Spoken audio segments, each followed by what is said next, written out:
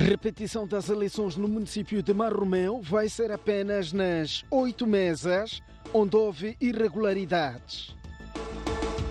Iniciou julgamento do caso de queda de andaimes que matou 5 trabalhadores numa obra em Maputo. Conselho de Ministros do Reino Unido aprovou ontem o plano do Brexit.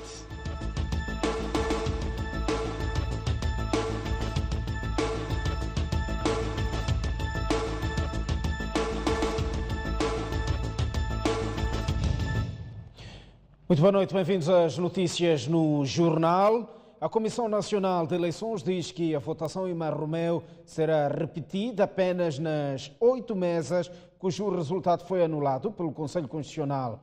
De acordo com a lei, a votação deverá acontecer até dia 29 de novembro, faltando o Governo marcar. Não valida a eleição realizada na autarquia da Vila de Marromeu e nos termos do número 1 do artigo 144 da Lei 7/2018, de 3 de agosto, anula a eleição ocorrida nas mesas de votação com os códigos seguintes: Escola Primária, 25 de junho, 107-12701, 207-12703, mesa 3, 07-12705, mesa 4, 07-12706, 5, mesa 5, 07-12707, mesa 6, 07-12708, 2, Escola Samora Machel, mesa 7, 07-13002, mesa 8, 07-130-03. Um dia depois da decisão do Conselho Constitucional, a Comissão Nacional de Eleições veio ao público esclarecer que a votação vai acontecer somente nas 8 mesas, onde o processo foi declarado nulo. Existe um acordo que é de cumprimento obrigatório. Considerou nula a eleição em 8 mesas. Significa que nessas 8 mesas deve-se repetir a eleição. O número 2 do artigo 144 da Lei da Eleição dos Membros da Assembleia Autárquica e do Presidente do Conselho Autárquico estabelece, e passamos a citar: declarada nula a eleição de uma ou mais mesas de Assembleia de Voto, os atos eleitorais correspondentes são repetidos até o segundo domingo posterior à decisão, em data a fixar pelo Conselho de Ministros, sob proposta da Comissão Nacional de Eleições. O segundo domingo fixado pela lei coincide com o dia 25 de novembro corrente. Paulo Cunica reconhece que é um calendário bastante apertado. Para elaborar um calendário com aqueles passos todos. Ademais, é só a produção dos materiais, que já estamos a diligenciar a sua produção, e a educação cívica, que já deve começar, o mais tardar, amanhã ou depois da manhã. Já não é fazer educação cívica até o último dia. O dia que antecede a realização das eleições, dependendo, neste caso, do Conselho de Ministros. Como sabe, o Conselho de Ministros geralmente reúne às terças-feiras, a não ser que haja uma sessão extraordinária do Conselho de Ministros entre hoje e, digamos, segunda-feira. Vamos ter que esperar até segunda-feira para ouvirmos a deliberação do Conselho de Ministros. Só a partir daí é que, de fato, podemos fazer o calendário, a ser um calendário mesmo. De acordo com a Comissão Nacional de Eleições, nas 8 mesas onde foi anulada a votação, estão inscritos 5.016 eleitores. O Tribunal Administrativo condenou o Instituto Nacional de Segurança Social a cumprir um contrato que celebrou com a empresa de construção civil Nadare Opway para a compra de um prédio na Baixa da cidade de Maputo que o INSS havia tomado sem cumprir o contrato celebrado entre as partes. Este é o edifício em causa. Para sua construção, o Instituto Nacional de Segurança Social celebrou um contrato promessa de compra e venda com a Nadir Opway a 10 de outubro de 2014. O custo do edifício é de mais de 1,5 mil milhões de meticais e a obra deveria ser executada em 22 meses. No contrato ficou acordado que o INSS devia pagar de imediato 30% do valor total e os remanescentes 70% seriam pagos em prestações mensais. Cumprido o acordo, o INSS fez uma transferência de mais de 436 milhões de meticais no dia 24 de outubro de 2014, 14 dias depois da assinatura do contrato, para a conta da Nadari. Ao longo da execução do contrato, o INSS deixou de pagar o remanescente de 70% durante 3 meses seguintes, totalizando mais de 113 milhões de meticais. E o empreiteiro pediu igualmente a revisão do valor inicial da obra devido à subida dos custos. E aí começa o imbróglio. O INSS se recusa a fazer os desembolsos e exige o pagamento de indemnização por demora na entrega da obra. E como tal não aconteceu, decidiu tomar a titularidade do imóvel, recorrendo à posse administrativa, sob a alegação de que o mesmo foi construído com fundos públicos. Sentindo-se injustiçada, a construtora recorreu ao Tribunal Administrativo, que através deste acórdão dá-lhe razão e condena o INSS a cumprir o contrato acordado com a Nadari Opway, ou seja, efetuar os pagamentos tal como foram acordados pela construção do edifício. A Procuradoria Provincial de Nampula diz que não pode revelar as causas da morte das 7 pessoas cujos corpos foram encontrados em Murupula para não atrapalhar as investigações. Por outro lado, o Ministério Público abriu 2 processos relacionados com o caso, ou melhor, com o caso dos militares acusados de homicídio e violação sexual de uma menor. Com o laudo da medicina legal pronto, a Procuradoria Provincial de Nampula abriu várias linhas de investigação para encontrar os envolvidos na morte de 7 pessoas, cujos corpos foram despojados nas matas do distrito de Murupula. As causas da morte constituem elemento intrínseco à investigação. Portanto, nós não podemos avançar sob pena de prejudicarmos a própria ação de investigação deste processo. Não podemos, efetivamente, dizer o que é que consta do relatório. A verdade é que o relatório já foi junto aos autos e consta do processo, e a partir deste relatório é que são traçadas as linhas de investigação do mesmo processo. E como qualquer processo em fase de instrução preparatória segue em segredo de justiça, Hermínia Xavier garantiu apenas que a natureza do caso sugere uma investigação bastante complexa. É um processo muito complexo, porque, como vocês puderam ver ao despolitarem a situação, são corpos que foram abandonados no local recôndito, não se sabe quem foi, porquê foi, como é que aconteceu, onde é que aconteceram as mortes. Portanto, tudo isso revela uma grande complexidade relativamente a este processo. O mesmo não se pode dizer do caso que envolve militares que há pouco mais de uma semana mataram um jovem, feriram uma criança e são acusados de violação sexual de uma adolescente no bairro de Mutavarex. Existem 2 processos que foram abertos, um processo de homicídio e outro processo de violação, porque foi relatado uma suposta ação de violação de uma menor de 14 anos. Portanto, os processos estão em instrução, um na Procuradoria da cidade de Nampula, o outro está na secção de instrução criminal, para se apurar a verdade dos fatos. Portanto, os processos seguem os seus termos normais. A Procuradoria destaca a colaboração das autoridades militares, que também estão interessadas no esclarecimento do caso. Iniciou hoje o julgamento do caso de queda de andaimes, que resultou na morte de 5 trabalhadores envolvidos na obra, portanto, a de construção do prédio JAT 6. O Ministério Público defende que a seguradora Emose deve assumir a responsabilidade. Foi na tarde de 14 de junho de 2015 que os andaimes de construção montados neste edifício se deram, causando a morte de 5 pessoas e ferimentos graves a outras 6. 3 anos depois, a justiça poderá finalmente ser feita.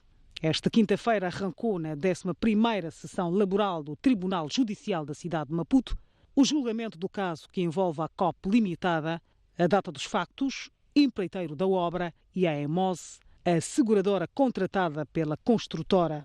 O tribunal quer apurar a quem cabe a responsabilidade de compensar as vítimas do acidente de trabalho. Através do seu advogado, a EMOSE diz que a responsabilidade deve ser atribuída à COP Limitada e justifica afirmado que os andaimes caíram por falta de condições de segurança. A seguradora diz ainda que a COP já havia sido notificada sobre esse aspecto. Apesar de negar a responsabilidade no acidente, a EMOSE admite que poderá vir a ajudar a COP a compensar as vítimas, caso se prove que a empresa construtora não tem recursos suficientes. Entretanto, a COP Limitada diz que não há prova alguma de que o acidente ocorreu por negligência da empresa e por isso defende que a EMOSE é que deve ser responsabilizada a indemnizar as vítimas. Aliás, o mandatário da COP Limitada lembra que a EMOSE foi contratada na qualidade de seguradora justamente para responder a situações como estas. Já o Ministério Público não tem dúvidas de quem deve compensar as vítimas pelos danos causados, deve ser a EMOSE. O Ministério Público diz que ninguém sabe dizer se a COP ainda tem património, onde está e como ir buscá-lo. A representante do Ministério Público diz que a única certeza que existe é que a EMOSE foi arrolada no processo como a seguradora da COP e é ela quem deve responder e indemnizar as vítimas. Depois de ouvir as partes, o Tribunal Judicial da cidade de Maputo disse que a sentença do caso poderá ser proferida daqui a 2 semanas. A Assembleia da República aprovou na generalidade a proposta de lei que estabelece o regime jurídico de utilização de coisas móveis como garantia de cumprimento de obrigações. A proposta prevê também a criação da Central do Registro de Garantias Mobiliárias. Apresentada esta quinta-feira pelo Governo, a proposta de lei de utilização de coisas móveis como garantia de cumprimento de obrigações visa alargar o número de bens preferíveis para as instituições financeiras como garantia. Vai permitir a obtenção de informação tempestiva sobre as garantias que incidem sobre determinado bem, como também melhora a avaliação de risco associado aos contratos de financiamento, com impacto positivo nos níveis de acesso ao crédito e na mitigação de risco de crédito. A Frelimo e a Renamo consideram que o aumento de número de bens que podem ser usados como garantia de obrigações vai permitir que mais pessoas tenham acesso ao financiamento. As categorias e tipo de coisas que o legislador nacional conferiu proteção e confiabilidade para a obtenção de financiamento não são de fácil aquisição para a maior parte da população. Facto que justifica o baixo nível de acesso de procura por crédito e que demonstra uma ineficiência do sistema financeiro. As constituições de garantias é garantido pelo Código Civil e outros diplomas legais prejudiciais aos cidadãos e respectiva execução é feita pelo Código de Processo Civil. Assim, estes regimes encontram-se largamente desajustados da prática moderna, nacional e internacional e não satisfazem em pleno as necessidades dos credores. Já o MDM diz que há muito tempo que o país precisava deste instrumento legal, por isso apoia a sua aprovação. Mesmo sendo imperfeito, como imperfeitas, discutíveis, são todas as propostas apresentadas por este governo, é um passo que deve ser tido em conta. O que admira a Excelência é que, passado mais de 40 anos, tal ainda não tivesse sido feito. A Assembleia da República também aprovou por consenso e na especialidade a proposta de revisão da Lei do Sistema Nacional de Educação. Está instalado o braço de ferro entre os caminhos de ferro de Moçambique e a empresa Transporte Metrobus. Os gestores desta última acusam os CFM de dificultarem as suas operações, o que está a causar prejuízos no negócio. Os CFM rebatem e ameaçam interditar a circulação de comboios daquela empresa.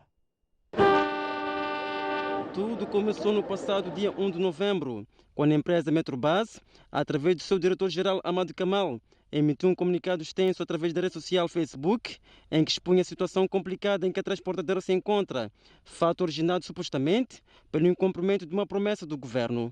Quando iniciamos esta operação, o governo prometeu-nos que iria financiar os passageiros desde que houvesse um modelo transparente. Apresentamos esse requisito através da bilhética, em que cada tipo de passageiro estaria identificado se é trabalhador, estudante ou de terceira idade.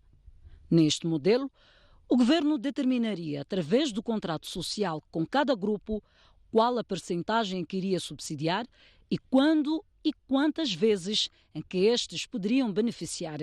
Verdade, porém, é que até a data ninguém se manifesta acerca deste assunto. Lê-se no comunicado. A Metrobus aponta ainda a falta de facilidades por parte dos Caminhos de Ferro de Moçambique, proprietária da linha, como outra razão para as dificuldades nas suas operações. Para agravar a situação, temos 75% da nossa capacidade útil inoperante, porque não temos acesso às linhas férreas. Queixa-se a empresa para depois de avançar aqui? Não compreendemos. É que no período de ponta da manhã poderíamos introduzir mais um comboio Maputo-Machava-Beleluane e não acontece porque a linha está ocupada com um comboio de carga vazio.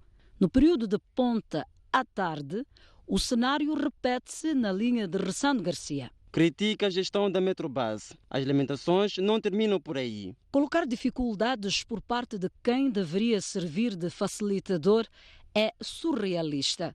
Em quase todo o mundo, os passageiros têm prioridade em relação à carga.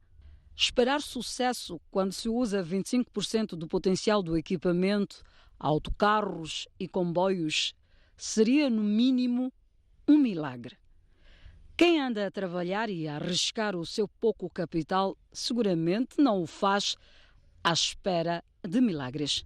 A empresa avança que, dadas as circunstâncias, está a gerir o negócio longe do equilíbrio financeiro, sendo que está a financiar o custo dos bilhetes em 80%, uma situação que tem provocado prejuízos no seu negócio, razão pela qual tem vindo a reduzir a mão de obra, bem como viagens noturnas e aos sábados. Face a essa conjuntura, a empresa Metrobus anuncia no mesmo comunicado o agravamento das tarifas a partir do próximo dia 1 de dezembro.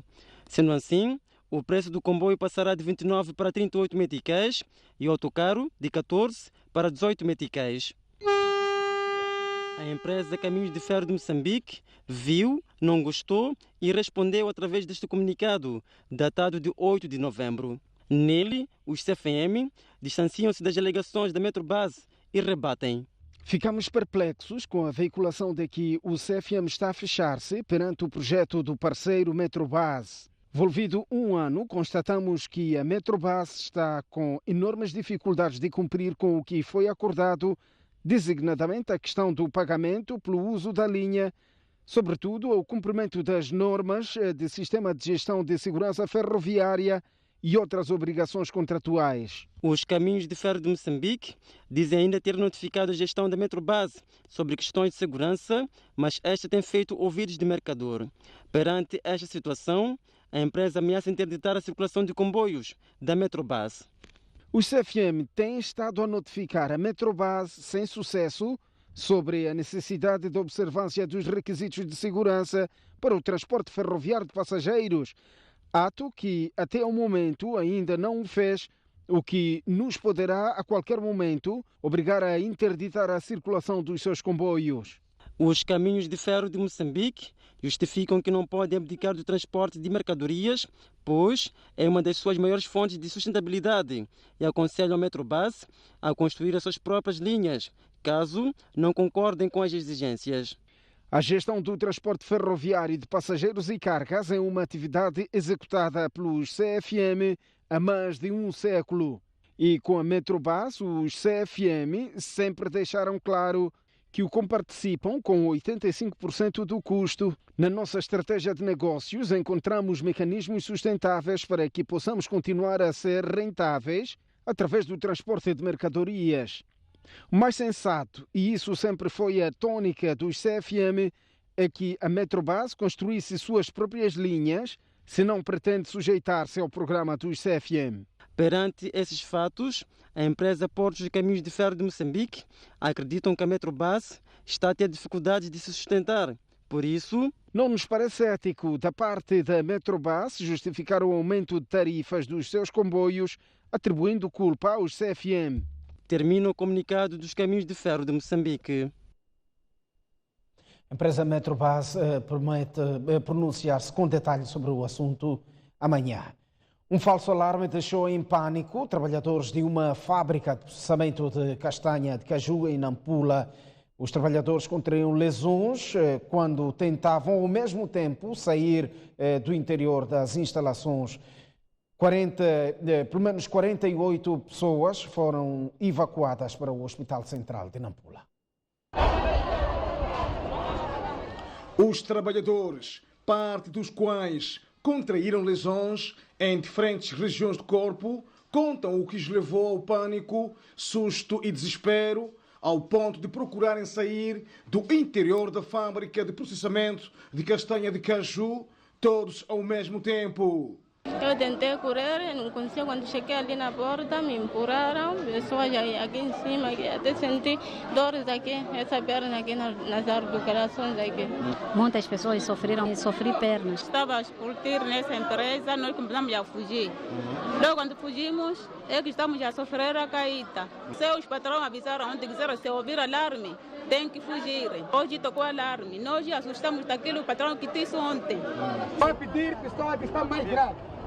Os pacientes foram evacuados ao Hospital Central de Nampula. Os representantes da empresa explicam que foi um mal-entendido. É uma coisa que me aconteceu de sempre. Só porque alguém hoje interpretou mal, as pessoas entenderam mal, ao contrário, acabaram fugindo. A explosão não foi uma máquina de estufa que tocou, por causa de cedeu as temperaturas normais e dali houve desinformação, pessoas começaram a correr para fora. Não houve incêndio. Dos 48 pacientes que deram entrada no banco de socorros, não há registro de óbitos, estando apenas um em estado grave. São escoriações, contusões torácicas, nenhum óbito. A fábrica emprega perto de 2.000 trabalhadores, na sua maioria mulheres. O Comandante-Geral da Polícia, Bernardino Rafael, exorta os membros da corporação a redobrarem esforços para garantir a ordem e tranquilidade públicas no seio dos moçambicanos durante a quadra festiva que se avizinha. Bernardino Rafael falava em Climane esta quinta-feira à margem da cerimônia de patenteamento de 108 membros da corporação provenientes da região centro do país, promovidos à categoria de oficiais superiores e subalternos. Fomos lançados os desafios de garantirmos com zelo e responsabilidade a quadra festiva de 2018 para 2019. Fomos incumbidos a missão principal através do 28º Conselho Coordenador para fazermos desta quadra festiva 0 acidentes de viação e garantir-me que o crime não bate à porta dos moçambicanos. Igualmente, o Comandante-Geral da Polícia elogiou a forma como a corporação soube garantir a ordem e segurança durante o processo eleitoral autárquico do passado dia 10 de outubro. O reitor da Universidade Pedagógica e presidente cessante do Conselho de Reitores de Moçambique desafiou hoje as universidades públicas e privadas a prepararem-se melhor para responder às exigências da indústria de petróleo e gás no país. Dirigentes de instituições de ensino superior reuniram esta quinta-feira em Maputo para discutir vários assuntos do setor do ensino superior, na abertura da 31ª sessão ordinária do Conselho de Reitores de Moçambique. O presidente cessante do órgão defendeu que as universidades devem se reinventar e apostar nas novas ciências tecnológicas.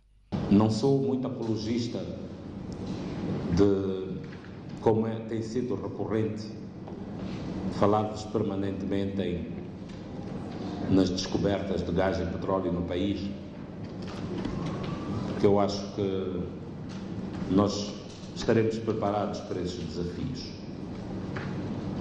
Mas recordo-vos que precisaremos, como instituições, de ter uma postura diferente em relação à sala de aula. em relação à pesquisa e em relação à extensão. Numa altura em que Moçambique registra um crescimento demográfico, Jorge Ferão diz que é preciso que as universidades se adaptem às novas realidades sociais. Que as nossas instituições precisam de se ajustar às novas dinâmicas, às novas realidades sociais, às novas realidades culturais, às novas realidades, se assim vocês me permitirem, políticas e académicas e a questão das mudanças climáticas, de que nós precisamos permanentemente de pensar nelas, ajustar nos nossos planos de ensino, nos nossos planos curriculares e nos cursos que oferecemos à sociedade. A 31ª sessão ordinária do Conselho de Diretores de Moçambique analisou e aprovou os novos estatutos da organização e testemunhou a passagem da presidência da Universidade Pedagógica para os que têm. Saímos a esta altura para uma curta pausa. Voltamos dentro de instantes com o melhor de informação. Até já.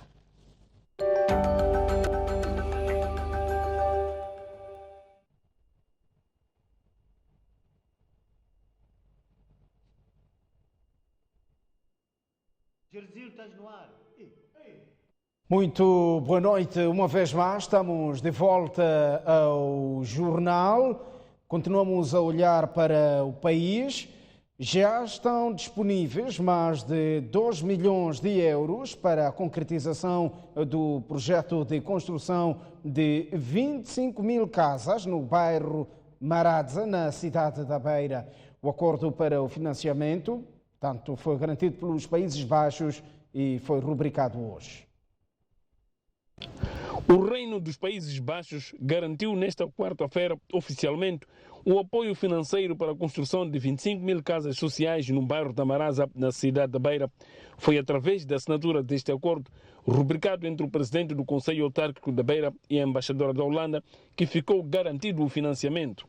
Este projeto, que está incluso no plano diretório da Beira, visa essencialmente garantir habitação condigna a milhares de beirenses que atualmente vivem em situações deploráveis, dada a incapacidade financeira para erguerem uma habitação condigna, e quando chove, a situação é esta. David Simango indicou que o projeto Maradza pretende transformar a autarquia da Beira num local onde todos possam viver com dignidade e resiliência às mudanças climáticas. Queremos, com esta iniciativa, proceder o desenvolvimento sustentável de projetos arquitetônicos urbanísticos em bairros habitacionais de interesse social que mitiguem o impacto causado pela habitação na cidade. O concurso para a concretização do projeto Maradza foi lançado oficialmente a nível internacional no mês passado e, neste momento, está-se na fase de apuramento do empreiteiro que irá aterrar o espaço. Já estão disponíveis 2 milhões de euros e as obras arrancam brevemente. Para tal, tomou posse nesta quarta-feira a Sociedade de Desenvolvimento Urbano da Beira, que irá gerir o projeto. A sociedade tem como presidente do Conselho de Administração a holandesa Emília Antoniette e tem os moçambicanos Francisco Eliseu e Eduardo Elias como presidente da mesa da Assembleia e vogal do Conselho de Administração, respectivamente. Esta é uma entidade de grande importância para garantir o processo de desenvolvimento urbano de alto nível. Este é também um instrumento forte para a atração de investimentos, não apenas para Maradza, mas também para o desenvolvimento da zona industrial de Munhava. O Reino dos Países Baixos irá continuar a apoiar o município da Beira nesta viagem. O governo americano vai financiar $500 mil para desenvolver o programa de resposta ao combate ao HIV/SIDA no país. Para o efeito, foi assinado hoje um acordo pelo secretário do Conselho Nacional de Combate ao SIDA e pela diretora da USAID de Moçambique.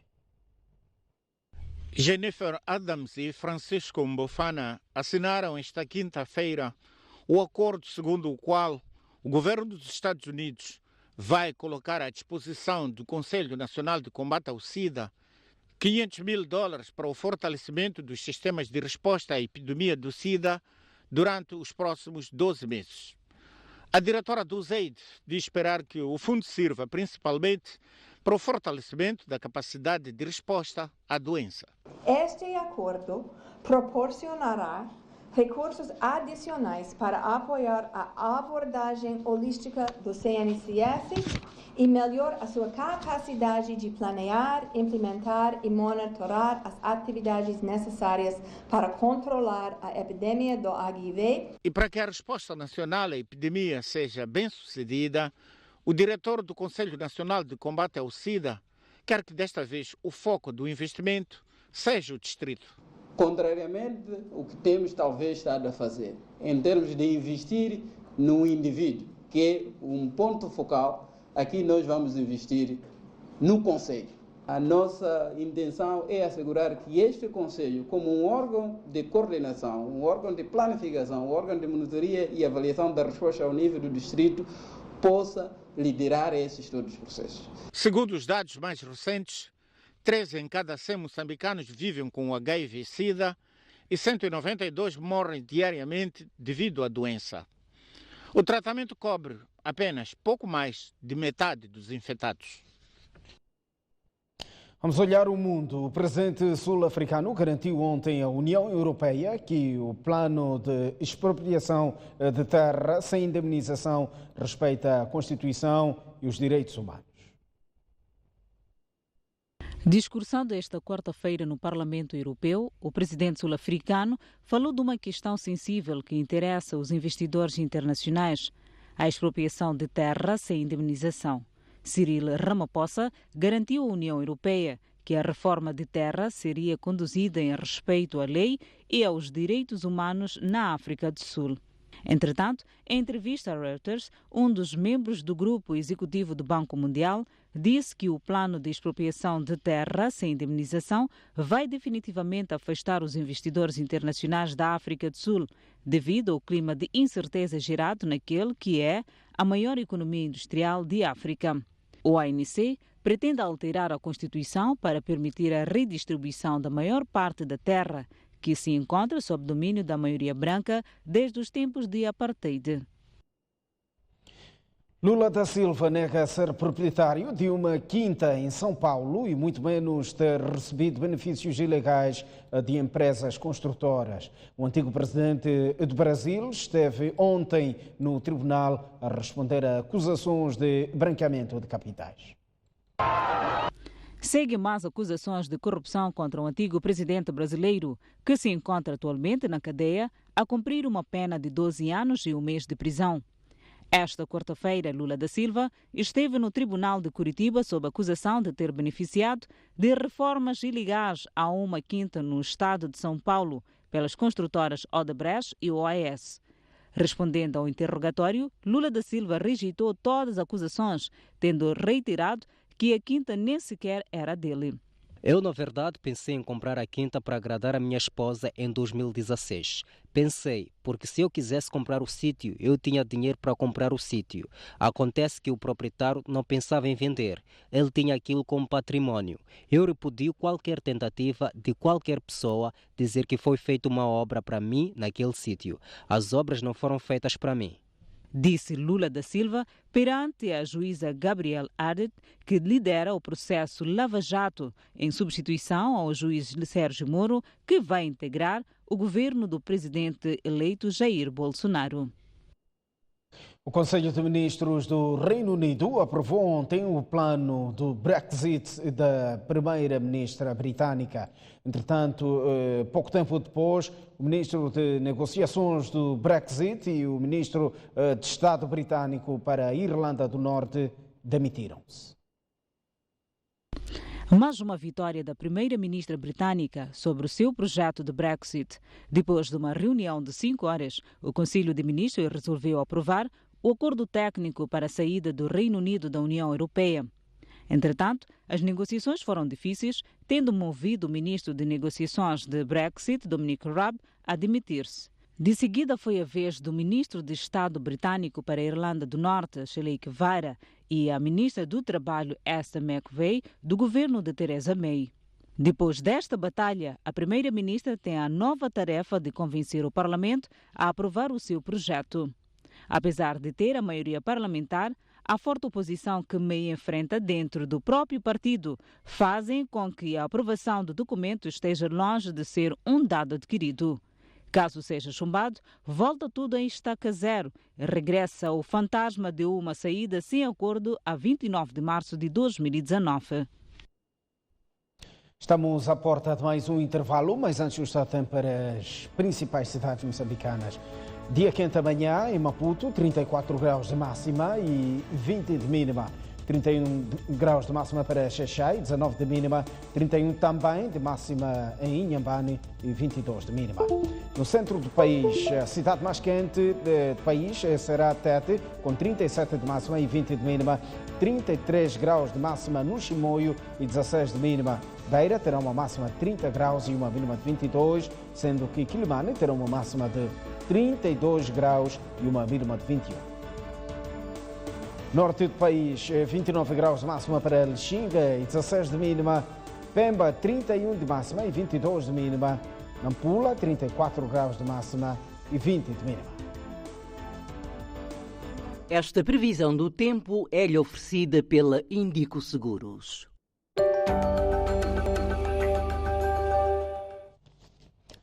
Muito boa noite, uma vez mais estamos de volta ao jornal, agora para lançar um olhar ao desporto.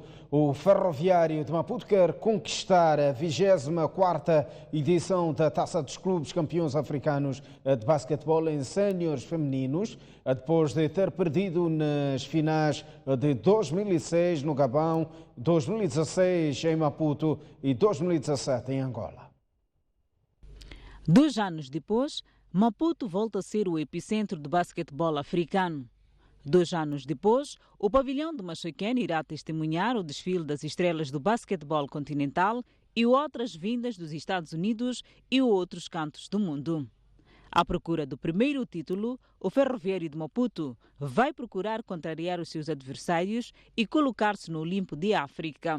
De resto, as campeãs nacionais perseguem este troféu há muito tempo, tendo perdido em 3 finais, a última das quais em 2017 em Luanda, Angola, diante do 1º de agosto por 65-51. Prova do seu poderio e força em África, o Ferroviário de Maputo esteve no pódio nas 3 últimas edições da Taça dos Clubes Campeões Africanos. Mas a caminhada começou em 2006. Em 2006, no Gabão, o Ferroviário de Maputo perdeu na final com o 1º de agosto de Angola por 86-74.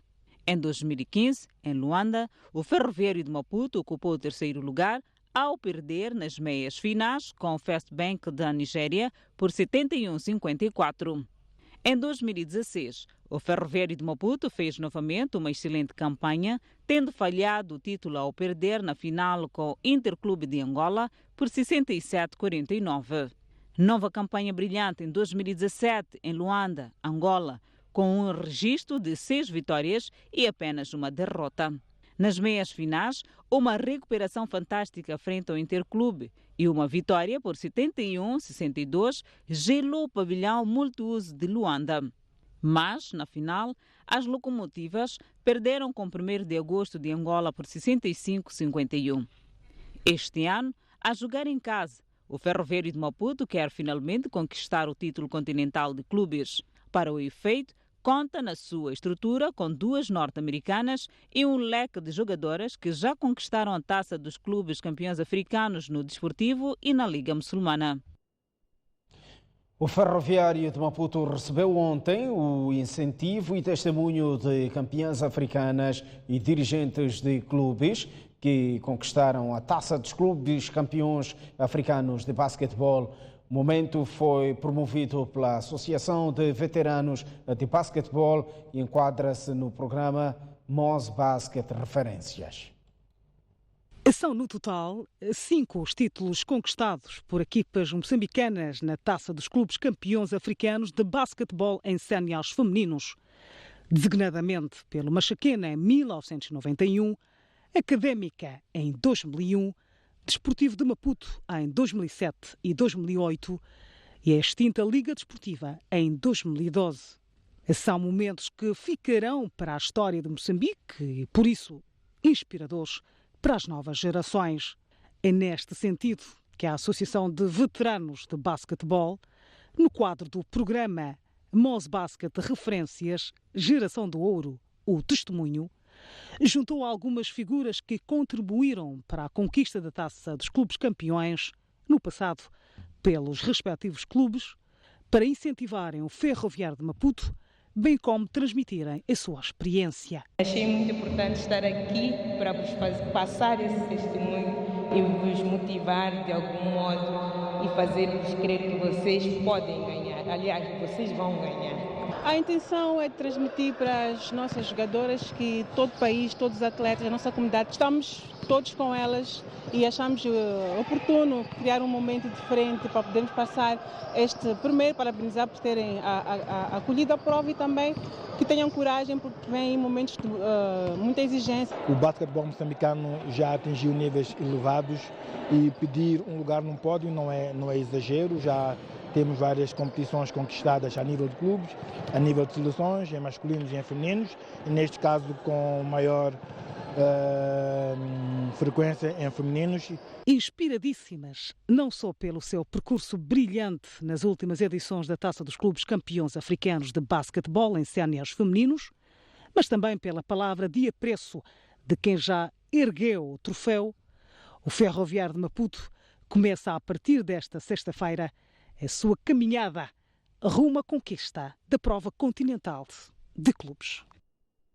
Entretanto, notícia acabada de chegar dá conta de que problemas organizacionais adiam o arranque da Taça de Clubes Campeões Africanos de basquetebol em séniores femininos, inicialmente agendada para esta sexta-feira. A prova só arranca no sábado. O Ferroviário de Maputo vai estrear-se diante do Equity Bank do Quênia. Inicialmente agendado para esta sexta-feira, o arranque da 24ª edição da Taça de Clubes Campeões Africanos em basquetebol séniores femininos viu-se adiado por não estarem reunidas as condições para o efeito. Entretanto, o Ferroviário de Maputo está inserido no Grupo A e vai se estrear diante das quenianas do Equity Bank, ditou o sorteio realizado esta sexta-feira. Ainda no Grupo A, fazem parte as formações do FAPO dos Camarões, Interclube de Angola e o AS Vitória da República Democrática do Congo. Lembro esse grupo que, se calhar, como um grupo mais forte, já esperávamos que, normalmente, íamos apanhar o Interclube no nosso grupo. Se não falha a memória, volta-se a repetir o grupo de 2016. Pelo menos diz os teoricamente fortes, que é o Interclube e o Ferroviário de Maputo. Acabamos de encarar esse grupo de frente e tentar jogo a jogo, tentar melhorar e tentar, se quiser, passar em primeiro lugar nesse grupo. O grupo B será composto por First Bank da Nigéria, MB Tuol do Madagascar, Lakers do Zimbábue, INSS da República Democrática do Congo e pelo Quênia a Ports Authority. Eu acho que todas as equipas que estão aqui estão com o mesmo objetivo de chegar até o mais longe possível. A análise que eu faço do nosso grupo é um grupo que realmente tem a cabeça de ser a equipa de casa. Esta equipa de casa que penso eu que vai lutar para chegar até lutar pelo troféu. Pronto, 1 de agosto é mais uma daquelas candidatas ao título. Penso que a retirada da equipa do 1 de agosto, o nível, mesmo ainda a competição não tem começado, mas já baixa o nível competitivo desta edição, porque o 1 de agosto foi campeão africano o ano passado e quando o campeão africano vem defender o título, penso que a competição perde um bocadito a própria competitividade que se exige no sénior feminino. Suor e garra marcaram o espetáculo da semifinal da 7ª edição do Vodacom Turma Tudo Bom. Na ocasião, concorrentes de todo o país e professores disseram estarem felizes com o espetáculo demonstrado. Nesta gala e nas Olimpíadas Académicas, esta dupla da Escola Secundária 7 de Abril em Manica, foi quase perfeita, acertando em 7 das 8 perguntas nas disciplinas de Geografia, Português, História e Matemática. Nós estamos muito felizes mesmo por estar aqui e por conseguir esta pontuação. Qual foi a pergunta mais complicada que vocês tiveram? A pergunta de matemática que tivemos um bocado de dúvidas. E por quê? Porque no momento em que estávamos a tentar fazer um mini esboço mental, né, nas nossas palmas das mãos, nós nos atrapalhamos. Mas a outra dupla da escola secundária do Arco-Íris, em Cabo Delgado, mesmo desiludida por terem conseguido menos pontos, não deita a toalha abaixo. Se desistir, não vamos desistir. Sempre vamos persistir, né? Sinceramente, não estou satisfeita, mas sei que nem tudo está perdido. Para além da disputa de conhecimentos de cultura geral entre escolas das 3 regiões do país, houve também o concurso de canto, dança e interpretação que junta o teatro e a poesia. Na segunda parte do espetáculo, marcada por altos e baixos, os vira-latas, que de rafeiros não têm nada, foram os primeiros a arrancar grandes aplausos no Scala. Era o início das grandes batalhas das performances. Foi mesmo um pouco difícil, mas deu para apresentar. Eu estou feliz por isso. Foi muito glorificante porque todas as nossas peças trazem uma mensagem educativa. Nós transmitimos uma mensagem que acontece na nossa vida cotidiana, no nosso dia a dia. Seguiu-se a pequena Jesuína com uma atração suave, lembrando da importância do amor. Sem nada melódico, mas com muito espírito, a New Family, que até parecia uma velha conhecida de público, incendiou o palco do Scala. No fim da atuação, o sentimento era de grande satisfação. Como viemos uma performance que não é nossa e em algum momento sentimos receio de o público não transmitir aquela energia, mas nós vimos que eles deram aquele todo máximo. O segredo é só ensaiar e ouvir aquilo que os professores estão a dizer. Seguro em palco e uma voz fora de série, Donaldo Boca falou, aliás, cantou e pôs a Scala a vibrar. Me sinto muito aliviado porque foi algo que aliviou meu espírito, tirou tudo que tinha de errado e fico muito bem por isso. No fim da gala, os professores disseram que estavam satisfeitos com a performance dos concorrentes. Esperam melhor espetáculo na última gala. Eu faço uma avaliação positiva nas 2 categorias. Eu penso que os candidatos portaram-se muito bem. A última gala vai se realizar no próximo sábado, sendo que o vencedor desta edição será encontrado a partir do somatório dos resultados obtidos nesta semifinal e na gala final. Está tudo visto no jornal. Graças pela atenção dispensada. Notícias em modo permanente para acompanhar no canal de informação. Boa noite.